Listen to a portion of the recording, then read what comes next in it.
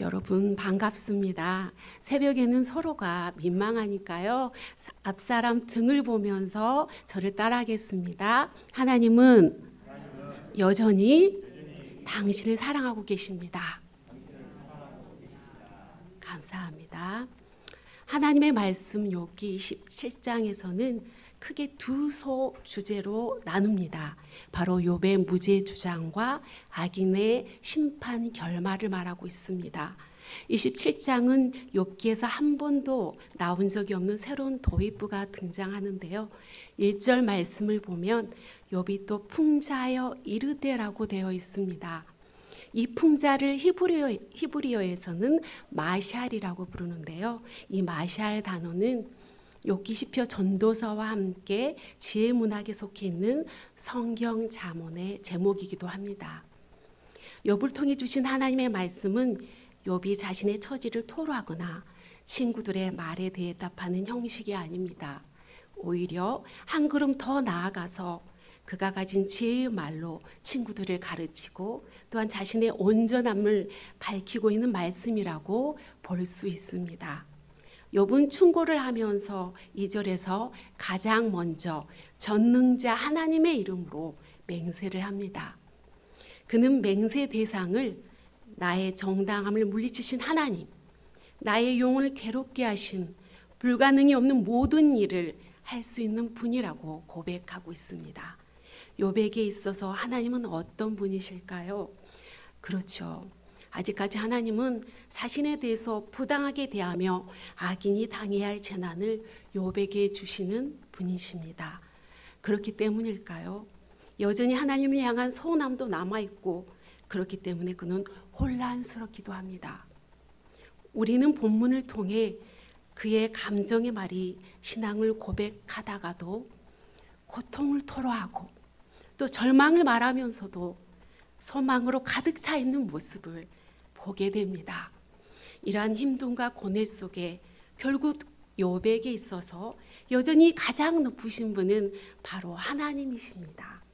자신의 맹세를 뒷받침할 가장 높은 권세가 하나님이기 때문에 그는 비록 하나님을 향한 지식이 온전하지는 않더라도 여전히 하나님의 이름으로 굳게 다짐하는 약속, 바로 맹세를 하고 있는 것입니다. 오늘 이 욥의 맹세는 또 하나의 중요한 고백이 담겨져 있는데 욥은 지금 살아계신 하나님을 분명하게 고백하고 있는 것입니다. 욥은 자신의 머리로는 이해가 되지 않습니다. 지금의 상황이 자기에게 합당하지 않다고 여기고 있습니다. 그러나 욥은 여전히 하나님이 살아계시다라고 하는 것을 굳게 믿고 있습니다. 그렇기 때문에 하나님의 이름으로 맹세를 하고 있다는 것입니다. 모든 것이 흔들리고 무너지는 것 같은 그런 상황 속에서 욥은 흔들리지 않고 변하지 않는 것이 있었는데 무엇일까요? 그렇습니다. 그 무엇과도 바꿀 수 없는 아주 분명한 한 가지, 바로 하나님을 향한 믿음이 있었다는 것입니다. 오늘 살아가는 우리에게도 이처럼 흔들리지 않는 그 무엇인가가 반드시 필요합니다. 주변에서 내게 어떤 말을 해서 상처를 받는 자 있습니까? 지금 처한 상황이 어렵고 힘드십니까? 말할 수 없는 고통 가운데 있는 분이 있습니까? 파도처럼 거센 고난이 내게 오더라도 우리에게 변함이 없는 믿음, 흔들리지 않는 분명한 신앙의 기준이 있어야 합니다. 개인적으로 저는 연약한지라 잘 쓰러집니다. 그런데 여러분, 제가 일어날 수 있었던 것은 하나님께서 나를 사랑하신다는 것이 내 안에 자리 잡고 있었기 때문입니다. 죽음의 늪에서 헤매일 때도, 신학을 공부하며 의심이 들 때도, 또 상황과 환경이 나를 가로막힐 때도, 관계가 무너짐을 느낄 때에도 여전히 하나님은 나를 사랑하신다라고 하는 그 생각을 붙잡고 있었기에 그 순간들을 이겨낼 수 있었습니다. God still loves you. 하나님은 여전히 여러분을 사랑합니다. 이 사실은 영원히 변치 않는 진리입니다. 밥을 먹을 시간을 잠시 잊어버려도 하나님은 나를 사랑한다는 이 사실은 잊어서는 안 됩니다. 여러분들에게도 흔들리지 않는 기준이 있기를 소망합니다. 2절에서 욥이 살아계신 하나님의 이름으로 맹세했다는 표현을 보면서 우리는 그가 하나님의 권위를 나타내고 있음을 유추할 수 있습니다. 더불어 자신의 생명을 걸고 하나님께 다짐을 하고 있습니다. 3절과 4절에서 욥은 지금 너무도 확실한 믿음을 가지고 이야기합니다. 살아계신 하나님을 붙들고 또 나의 생명을 걸고서라도 이처럼 비장하게 말할 수 있는 근원, 그 근원이 어디에 있을까요? 그 근거는 6절에서 찾아볼 수 있습니다. 앞장에서 친구들은 욥이 당한 재난을 보고 욥이 회개하지 않으면 용서받지 못할 죄인이라고 고발하지만 욥 자신은 죄가 없음을 주장하고 있습니다. 계속해서 욥은 내가 죽기 전까지 나의 공의를 굳게 잡고 놓지 않을 것이라고 말합니다. 여기에서 지금 욥이 말하고 있는 공의라고 하는 것은 하나님과 의로운 관계를 말합니다. 비록 지금은 악인이 받아야 할 그런 부당한 고난을 당함으로써 고통스러워하고 혼란을 겪고 있지만 앞으로 시간이 지나서 괴로움과 육체를 벗어버리는 날 하나님 앞에 다시 의롭다 인정을 받을 것이라고 하는 이 사실을 굳게 붙잡고 말하고 있는 것입니다. 욥이 절망적인 고난 가운데서 붙잡고 있었던 그것이 바로 하나님과 맺은 의로운 관계 그리고 하나님을 향한 깨끗한 양심이었습니다. 욥은 결코 자신이 본래 의로운 사람이었다라고 말하고 있지 않습니다. 욥은 너무나도 잘 알고 있었습니다. 그것을 말이죠. 욥은 의로우신 하나님께서 나를 의롭다고 인정해 주시고 나에게 오셔서 의로운 관계를 맺어 주셨음을 기억합니다. 여러분, 이처럼 하나님을 향한 깨끗한 양심을 가지고 또 의롭다 인정을 받았다는 그 믿음을 가진 자들에게 하나님은 용기를 주고 또 힘을 주십니다. 비록 처음에는 낙심하고 흔들리고 절망에 빠지기도 하지만 이내 다시금 그것으로 인하여 힘을 얻고 더욱 하나님 향한 믿음을 붙잡고 나아갑니다. 우리는 하나님 말씀을 통해 욥뿐만 아니라 모든 믿음의 사람들이 그러했음을 알게 됩니다.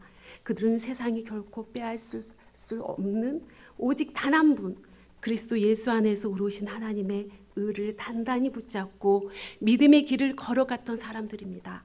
그 결과로 그들은 그 믿음대로 하나님께 인정받는 하나님의 말씀대로 행하는 의인의 대열에 서게 됩니다. 욥이 그 의인의 길을 걸어갔습니다. 사랑하는 여러분, 우리 역시 그리스도 예수 안에서 우리를 의롭다 하시는 하나님의 의를 붙들고 하나님과 의로운 관계를 맺으며 나아갈 수 있게 되기를 바랍니다. 어떤 자는 자신의 의를 붙잡으려 합니다. 어떤 이들은 만몬의 신 세상의 물질을, 또 어떤 이들은 호떡 보살이나 다른 어떤 미신, 다른 어떤 것들을 잡으려고 할 때 무너지고 넘어질 수밖에 없습니다. 그러나 하나님의 의를 붙잡게 되면 우리는 넘어져도 오뚜기처럼 다시 일어설 수 있는 힘을 얻게 될 것입니다. 이제 후반부 소주제 악인의 심판에 대해서 살펴보겠습니다. 악한 사람이 당할 비참한 최후, 그게 무엇일까요? 오늘 본문의 13절 첫 구절만 제가 풀어 읽어드리면 악인이 하나님께 얻을 형벌, 사납고 악한 자가 전능자 하나님께서 받을 유산은 이것이라 이렇게 되어 있습니다. 이 구절 이후에는 이제 악한 사람이 자기가 범한 그 악으로 인하여서 당할 일들이 무엇인가에 대해 세세한 이야기들을 들려주고 있습니다. 결국 그 모든 이야기를 한마디로 말하면 무엇일까요? 악인에게는 끝내 하나님의 심판이 있다는 것입니다. 여러분들이 잘 아시는 마이크로소프트사의 창업자이고 가장 큰 부자 중에 하나인 빌 게이츠가 한 고등학교를 방문해서 이런 말을 했습니다. Life is not fair. Get used to it. 인생이란 공평하지 않다. 이 사실에 익숙해져라. 여러분도 이 말에 공감하십니까? 우리 사는 세상을 보면 그의 말이 맞아 보입니다. 인생이란 정말로 공평하지 않은 걸까요? 인생을 어떤 죽음 이전의 시간으로 특정한다면 그럴 수도 있습니다. 하지만 인생이라는 것을 신앙에 의거해서 인생이란 죽음의 이후의 삶까지도 포함한다라고 본다면 우리의 생애를 마치고 하나님 앞에 서는 날 우리는 결국 지나온 삶을 판단받게 될 것입니다. 여러분, 하나님께서는 의로운 재판장이십니다. 그분은 가장 공평한 판결을 내리실 것입니다. 하나님의 심판 앞에서 불공평하지 않는 것이 우리의 인생인 것을 우리는 거기서 다시 보게 될 것입니다. 12월 이제 2023년도 얼마 남지 않았습니다. 하나님의 말씀 우리에게 어떤 삶을 요청하고 있습니까? 오늘 어떻게 살아가야 하겠습니까? 무엇보다 따스한 사랑의 시선으로 바라보시는 하나님의 말씀의 기준 앞에 서서 우리의 삶을 살아가야 합니다.